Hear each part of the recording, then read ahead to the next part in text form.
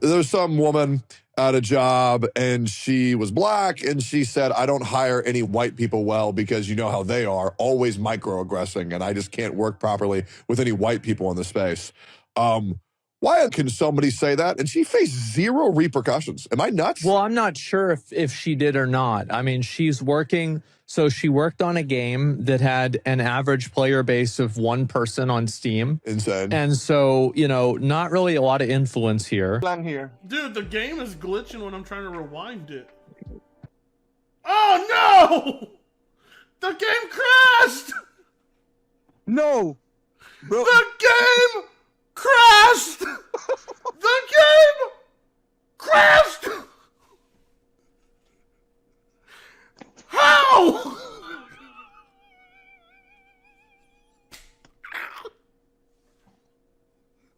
The game crashed! How? It's literally pictures! That's all it was! Pictures and it crashed!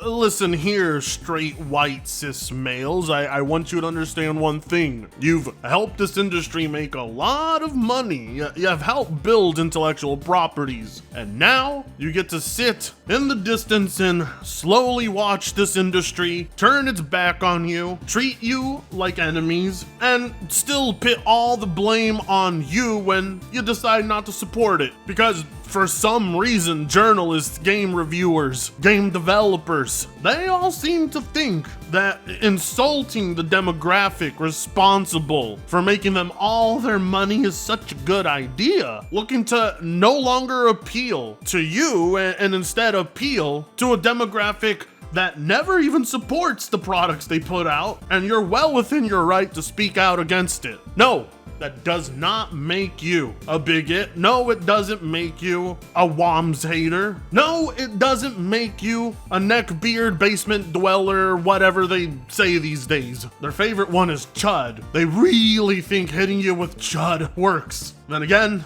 this is the left. They can't meme. If they can't tell what they were born as, what makes you think they know what good writing is in the first place? This field of work requires creative minds, not people who hop onto trends to try and develop a personality they lack. See, because there's a big difference between someone who wants to create a story and someone who wants to interject the real world and real life into their story, to the point it no longer resembles a fictional setting and instead resembles the hideous people they surround themselves with every single day. Ufrit, that's kind of harsh. Is that necessary? Absolutely. This sick, twisted experiment of trying to challenge beauty standards and what's normal has not worked out for us, has it? It's been completely rejected by gamers over and over and over again. This marketing strategy is a complete failure, and Microsoft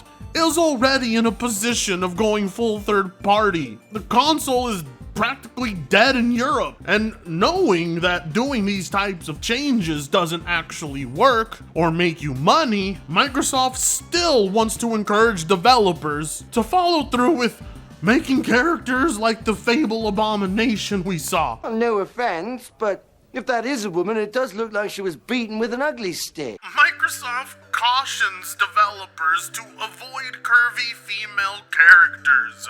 Microsoft urges developers not to create female characters with exaggerated body proportions on their official site to support game devs.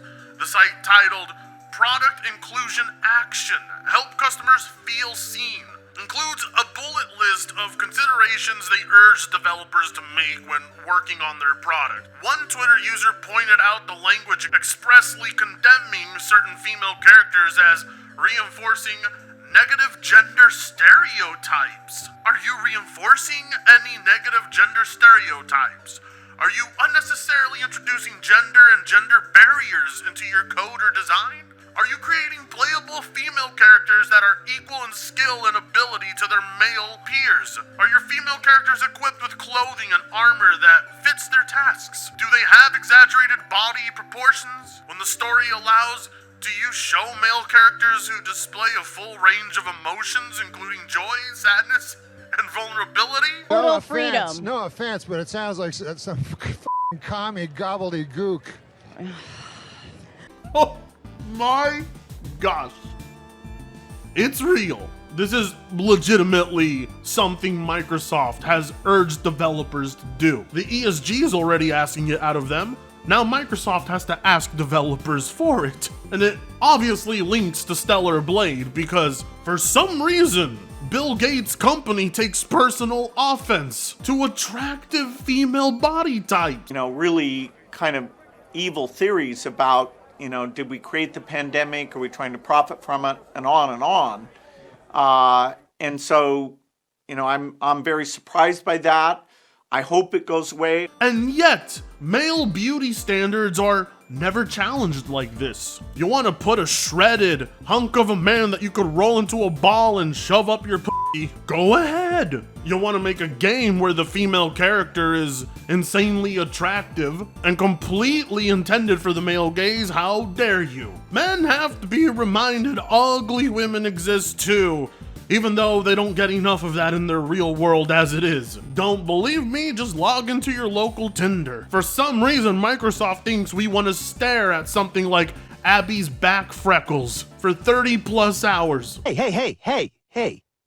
We eat here. What's that? You want backwards compatibility for your Xbox with Dead or Alive Extreme Beach volleyball games? No, I'll tell you what you get. You get video games made by people who have no beauty standards. How dare gamers have a figure that encourages them to hit the gym more often? They need to learn to be comfortable with the body images of people that they can't stare at for more than 5 minutes in real life. Because that's what everybody wants when they buy a game, right?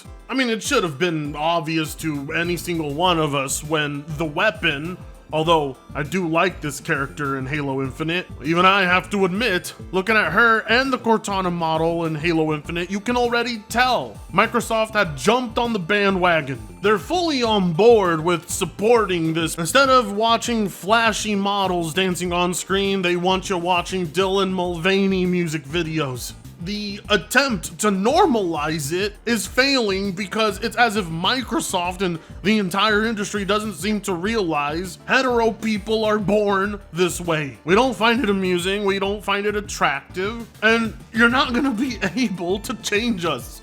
It's in our nature. Sorry, what do you want us to do? Apologize for being born? Change our ways? I'm not even sure why Microsoft is encouraging developers to do that, because female designs like Eve and Stellar Blade are not that common. We are so far removed from 2B and Nier Automata. Why do you think gamers make a big deal and want other gamers to notice when we get the chance to see something like Tifa in her nice bikini, trotting along, single-handedly helping cure millions upon millions of gamers' depression? Right here on the Microsoft inclusion page, they guarantee you inclusion is innovation. You can't make a breakthrough without breaking something. Systems that don't support us all. Barriers that prevent access. Mindsets that no longer serve us. Where? Which ones are these? What about gaming excludes you? The only thing you have to do when it comes to video games is have a pair of hands, and guess what? The technology's gotten to a point where you don't even need hands anymore. We're no longer just designing video games for people who have disabilities. We're now designing video games for specific mindsets, and that is utterly ridiculous. Do I really have to explain to you why that is ridiculous? This company is treating the inclusion of queer characters as innovation when they've existed in media that goes beyond just video games for a very long time. This is proof the industry is fresh out of ideas. They have nothing to offer you. As AZ once said, you're boring, you're dull, you have nothing to say. I mean, if we just take a look at this page of theirs, it almost reads out like a parody. Everything we joke about is jotted down like they're serious about it. And you can't convince me that a lot of these programs and organizations Microsoft formed weren't to try and obtain a higher ESG score, because just listen to what some of them are labeled. Blacks at Microsoft, Asians at Microsoft, women at Microsoft, indigenous at Microsoft, Gleam, global LGBTQIA plus employees and allies at Microsoft. They even have the audacity to try and push this filthy Latinx agenda onto us. How dare you? That's what I take a real issue with now. The Hispanic and Latinx Organization of Leaders in Action. Hola! Oh, how creative! Lárgate con tus babosadas. Are you out of your mind? They're trying to push this onto Hispanic people, reinforcing Latinx as something legit when it's not. Maybe I shouldn't get so worked up about it, but as a Hispanic myself, it's like the equivalent of the N-word. Being told a language your ancestors have spoken for hundreds of years is no longer up to modern day standards is an insult to my face. And any Hispanic who supports it is a traitor. Sorry, plain and simple. But hey, if you want to take a look at how it's working out for them, you can download Microsoft's Global Diversity and Inclusion Report for free off this website, and oddly enough, it's in the form of a PDF file.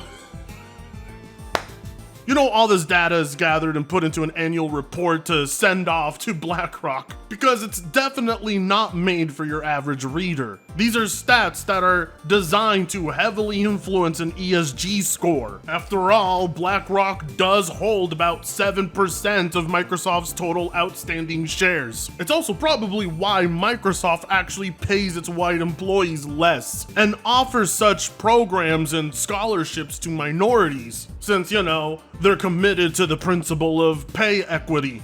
I mean, you don't have to believe me if you don't want to, but you can go look at it yourself. Look, all you really need to know is every single thing that you despise about woke media, woke culture, woke politics, Microsoft is wrapped up in all of it. Take this information how you will, it's up to you. Because obviously, none of this is news. If you've been watching closely, you already know. If you've been tracking Microsoft, this is nothing groundbreaking to you, no new revelation. However, them publicly encouraging developers to not have females with, you know, the big yams, the big cake, it's a sign of the good times coming to an end. This is woke culture backed by a $1 trillion corporation with one of the most powerful men on the planet. It will be forced on you, whether you want it to or not. And, you know, if you want an example of what this crowd will do if they had complete control over the industry,